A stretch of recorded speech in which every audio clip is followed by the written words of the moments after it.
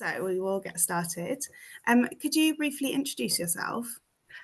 Yes, I have taught in universities in the UK and in high schools in Spain. And I now work freelance as a consultant in education, which also gives me time to do research and to lead courses of professional development for teachers. Great, thank you.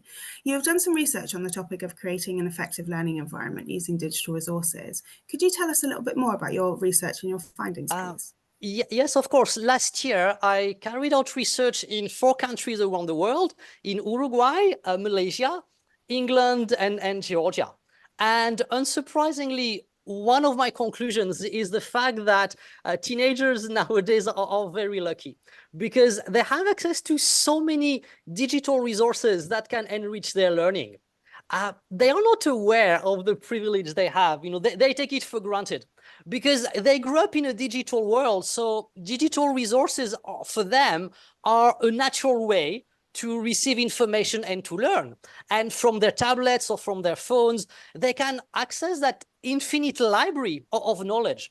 But that infinite library, it's a labyrinth. It is a maze. I'm going to develop that metaphor a little bit. You may have read the book The Name of the Rose by Umberto Eco, or you may have seen the film with Sean Connery. And if you remember, the most sacred place in the monastery is the library.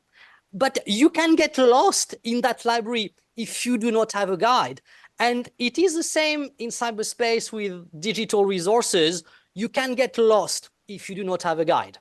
And my research made me realize that digital resources are not always used optimally in class for 4 reasons.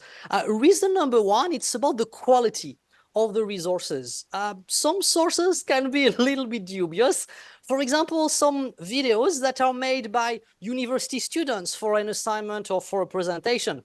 And high school students do not always realize that, and neither do their teachers. And they think, oh, it's on the website of a university, it's been quality assured. No, that's not always the case.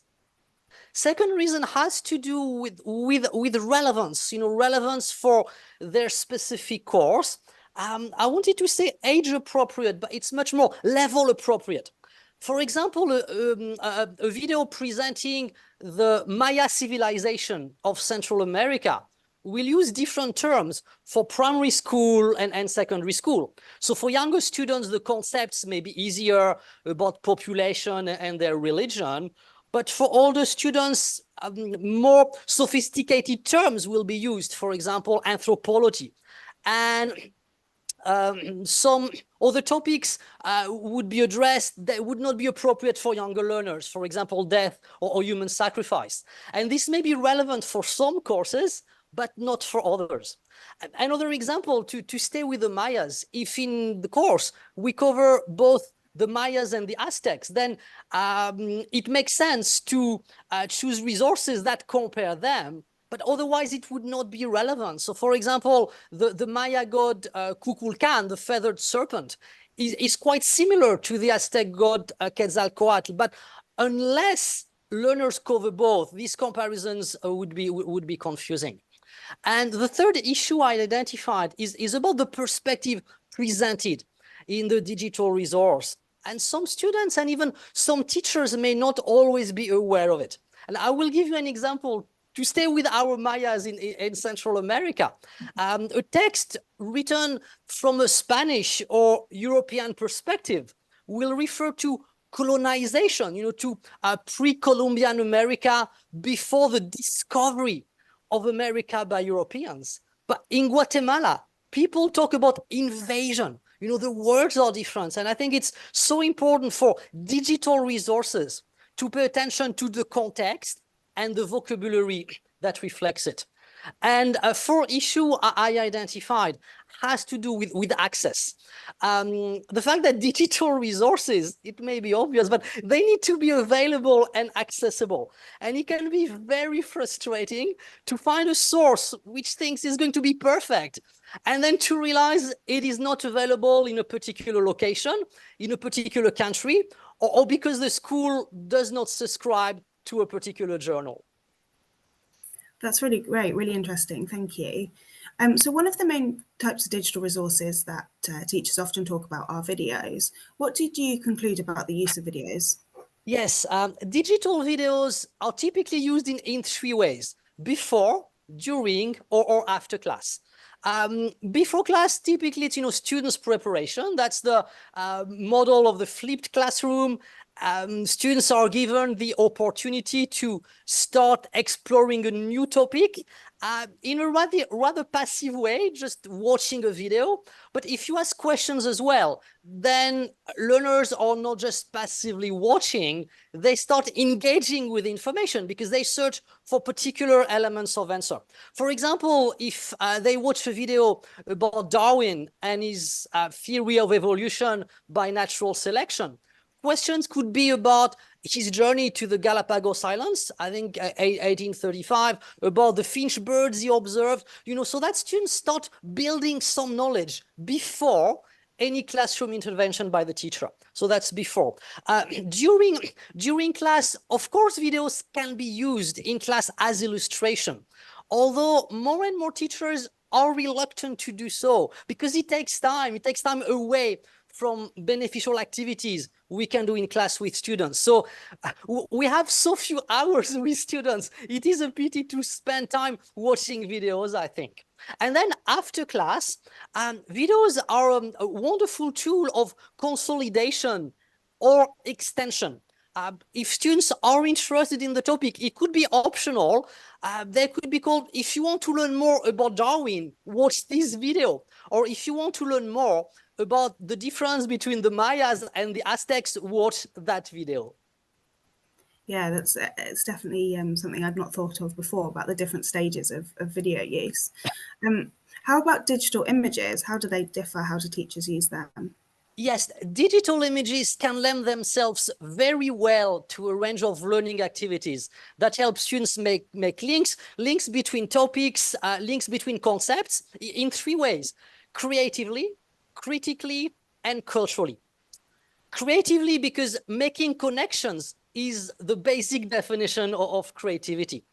Critically, because I need to interpret that image. I need to analyze it, to evaluate it, using my knowledge, my understanding, and also my imagination, which brings us back to creativity. And also culturally, because all digital images exist in a particular cultural context. And you need to understand the culture around it to be able to appreciate the digital image.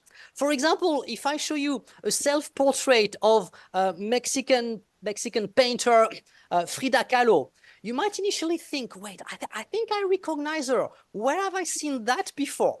Well, did you see Disney's animated film Coco? In Coco, there is a tribute to Frida Kahlo when Miguel, the little boy, ends up meeting her with his dog Dante. And Dante's breed is a hollow. It's a Mexican hairless dog. And Frida Kahlo herself did some self-portraits with hollow dogs, so it is all connected. And from one image alone, you can start thinking creatively, critically, and culturally. Now, it is true that there are sometimes issues about the source, about the origin of the digital images. Are they genuine? Have they been digitally manipulated? Well, even if they have been, they can still be very interesting. And then we need to ask ourselves why and to what effect. In history, it is well known that in the Soviet Union, some official photos were doctored, were photoshopped, we would say nowadays, for example, to get rid of a person. So it is well known that after Leon Trotsky was expelled from the Communist Party and later assassinated, I think it was in Mexico in 1940, he was systematically removed from various photos that featured him alongside Bolshevik leaders, especially Lenin, because Stalin wanted him to be written out of Soviet history.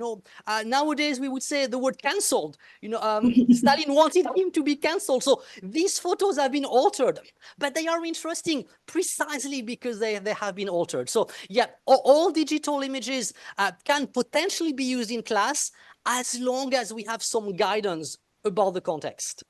Would you have any tips for teachers who want to create an effective learning environment using digital resources? Tips for teachers. Yes, number one, think in terms of pedagogy. How and why am I going to use this digital resource? What does it bring to the students' learning, to the students' learning experience? What is the added value? Secondly, I would say spend time using this digital resource, not just a few seconds, even if it's just a digital image, build an activity around it.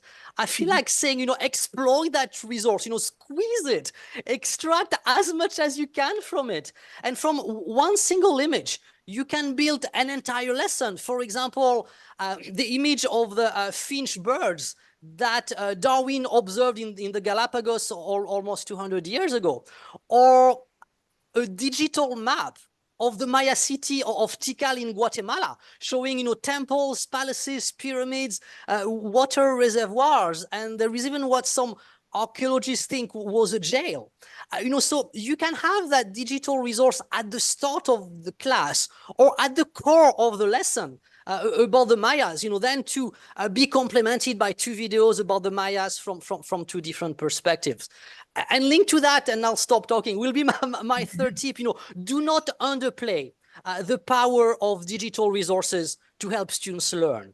Because students grew up learning through digital resources. So in a way here, we adapt our pedagogy to our students, and this will help us create a very effective learning environment.